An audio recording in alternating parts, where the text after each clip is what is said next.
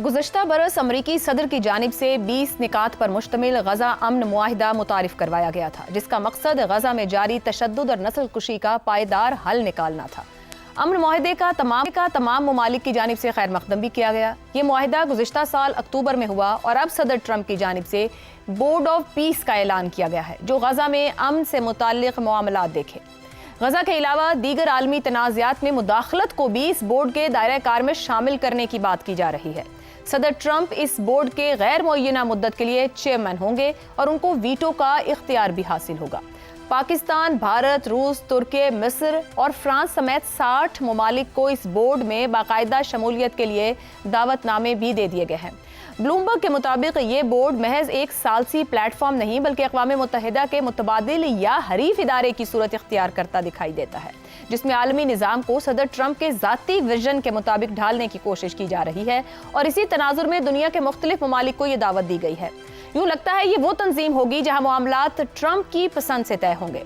Nobel इनाम ना मिलने पर नाराज और सारी दुनिया को टैरिफ से चलाने के शौकीन ट्रंप ने क्या इस मामले को भी कमाई का जरिया बना रखा है? उन्होंने ये ऐलान किया है कि गजा पीस बोर्ड का हिस्सा बनने के लिए ख्वाहिशमंद ममालिक $1 अरब अदा करेंगे। ज्यादा रकम अदा करने वाले मुल्क मुस्तकिल रुकन होंगे, जबकि कम रकम अदा करने वाले मुल्क 3 साल के लिए बोर्ड का हिस्सा होंगे, जिनकी तजदीद शमूलियत का भी फैसला बाद में सदर ट्रंप करेंगे। गजा अमन बोर्ड के चार्टर में मौजूदा आलमी इदारों को नाकाम करार देकर एक ज्यादा मुअस्सर और जुर्रतमंद मुतबादिल की जरूरत पर भी जोर दिया गया है। काबिल गौर बात यह है कि ट्रंप ने जिन ममालिक को दावतनामे भेजे हैं वो महज दावतनामे नहीं बल्कि हुक्मनामे मालूम होते हैं, जिस पर इनकार की सूरत में भारी टैरिफ का सामना करना पड़ेगा, जैसे कि फ्रांसीसी सदर मैक्रोन को 200% टैरिफ की धमकी दी गई है। यहाँ सवाल यह है कि दबाव और धमकी के जरिए नताइज कितने मुस्तहकम होंगे। यह हकीकत है कि अक़वाम मुत्तहिदा को संजीदा इस्लाहात की ज़रूरत है, खुसूसन ऐसे मौक़े पर जहाँ वो गजा जैसे सानेहात को रोकने में नाकाम रहा। मगर सवाल यह है कि क्या इसका हल एक फ़र्द वाहिद के ज़ेरे असर नया फोरम कायम करना है? सदर ट्रंप की जारहाना खारिजा पॉलिसी हो, ईरान और वेनेज़ुएला के खिलाफ धमकियाँ हो या फिर ग्रीनलैंड पर कब्जे जैसे बयानात, उनकी अमन पसंदी पर संगीन सवालात उठ। इसी पर गुफ्तगू रखे गए। पैनल के लिए सवाल। Gaza peace board, Trump veto power के साथ चेयरमैन, रुकन ममालिक को $1 अरब देने होंगे, अक़वाम मुत्तहिदा के मुतबादिल इदारा बनाने की सोच, क्या पाकिस्तान को गजा अमन बोर्ड का हिस्सा बनना चाहिए? शहजाद चौधरी साहब, ये जो कुछ ट्रंप सोच रहे हैं क्या प्रैक्टिकली मुमकिन है? जी बिल्कुल। देखिए वो करना क्या चाह रहे हैं, वो कह रहे हैं कि हमास को डिसआर्म किया जाए और फिर उसके बाद वहाँ पर एक ऐसा माहौल बनाया जाए जिसके अंदर के कोई इन्वेस्टमेंट वो ला सकें और इन्वेस्टमेंट के साथ गजा को इस तरह डेवलप किया जाए कि वो फ्रेंच रिवियरा की एक कॉपी बन जाए या उसकी ममासलत बन जाए। बहरहाल ये बन पाता है या नहीं बन पाता ये तो दूर की बात है। इसमें मशरिक़ वस्ता के जो अंदरूनी हालात हैं वो ज़ाहिर है कि इतने मुश्किल और पेचीदा है कि वो इस किस्म का इतना आसान सिंपलिस्टिक हल देने के लिए इस वक्त गालिबन मुमकिन नज़र नहीं आता कि इस तरह हो पाएगा। देखिए जहाँ तक ये सवाल है आपका कि अक़वाम मुत्तहिदा के पैरेलल एक और ऑर्गेनाइजेशन या एक और ग्रुप बन रहा है, तो ये अब रीत बन चुकी है हमारे दुनिया के अंदर। मेरे ख्याल में बदकिस्मती भी कह सकते हैं लेकिन शायद ठीक भी हो। वही जैसे कि ब्रिक्स का मामला है या SCO है या बाकी ये जो आपको कुछ ग्रुप्स बंदी नजर आना शुरू हो जाती है तो वो उस चीज़ को इंडिकेट करती है कि दुनिया किस तरीके से आहिस्ता आहिस्ता, जैसे हम काफ़ी अरसे से बात कर रहे हैं कि मुख्तलिफ ग्रुपों में बढ़ती जा रही है और उस तरफ को चल रही है। अगर ऐसी बात है तो फिर अक़वाम मुत्तहिदा का उसमें रोल क्या है, अब तक उसने क्या किया है, गजा में अक़वाम मुत्तहिदा क्या कर पाई अगर उसने कुछ किया, या वो बिल्कुल ही एक इनइफेक्टिव किस्म की एक ऑर्गेनाइजेशन बन चुकी है। तो अगर ऐसी बात है तो फिर इस तरह के जो ग्रुप्स हैं वो निकलना शुरू हो जाते हैं और बनना शुरू हो जाते हैं। फाइनल आपका सवाल कि क्या पाकिस्तान को इसका हिस्सा बनना चाहिए? अगर पाकिस्तान SCO के लिए मेंबर बन सकता है, ब्रिक्स के लिए ख्वाहिशमंद है कि बन जाए, तो ये भी ट्रंप के साथ भी आप बैठ जाए कुछ देर के लिए। जहां तक मेरी अंडरस्टैंडिंग है $1 बिलियन अगर आप देंगे तो फिर आप 3 साल से ज्यादा रह सकते हैं।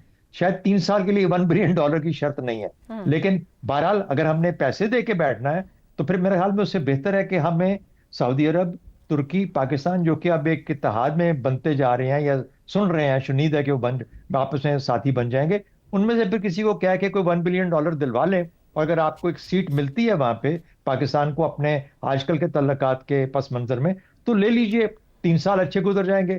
ٹرمپ کا یہ پتہ نہیں ہے کہ 6 مہینے سال کے بعد پاکستان کے بارے میں کیا سوچے گا. تو میرا خیال ہے لانگ ٹرم تو ویسے ہی نہیں ہو سکتا, ممکن ہی نہیں ہے, نہ ہی پاکستان کو کمٹ کرنا چاہیے. اور یہ بھی خطرہ موجود نہیں ہے کہ پاکستان افواج بھیجے گا, کیونکہ میرا خیال ہے وہاں پہ اور زیادہ لوگ ہیں جو یہ کہہ رہے ہیں کہ کس کی افواج ہمیں قبول ہے اور کس کی نہیں ہے, اور پاکستان ان ملکوں میں سے ہے جن کی افواج قبول نہیں ہے. تو جانے میں اگر موقع ملتا ہے, بغیر پیسے دیے ہوئے سیٹ ملتی ہے, ضرور لے لیجئے.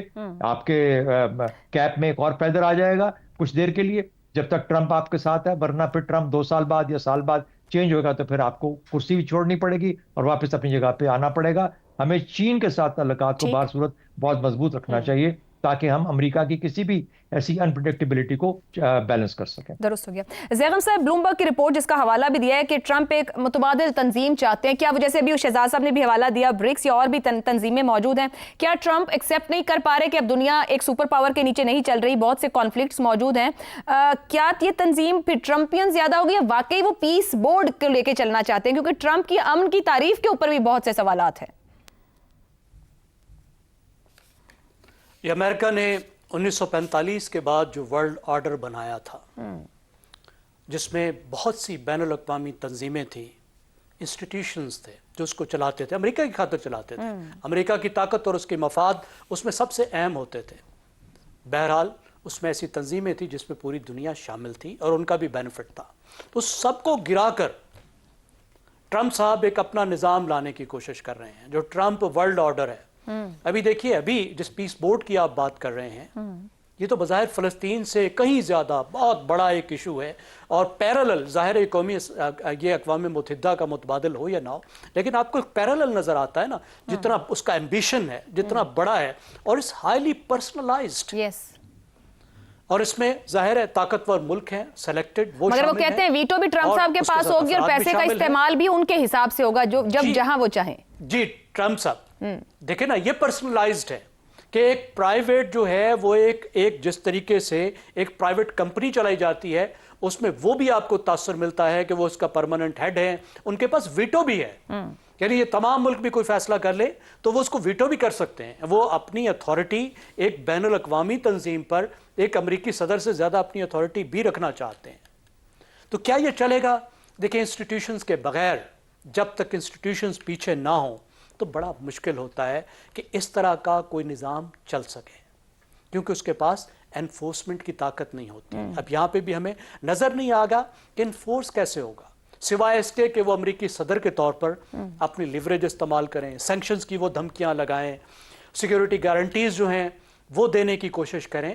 لیکن وہ تاحیات صدر تو نہیں ہے, وہ جتنے بھی ایک اپنا انداز سے چلیں وہ 4 سال کے لیے ہی صدر ہیں, اور پھر وہ اگلی بار صدر بن بھی نہیں سکتے.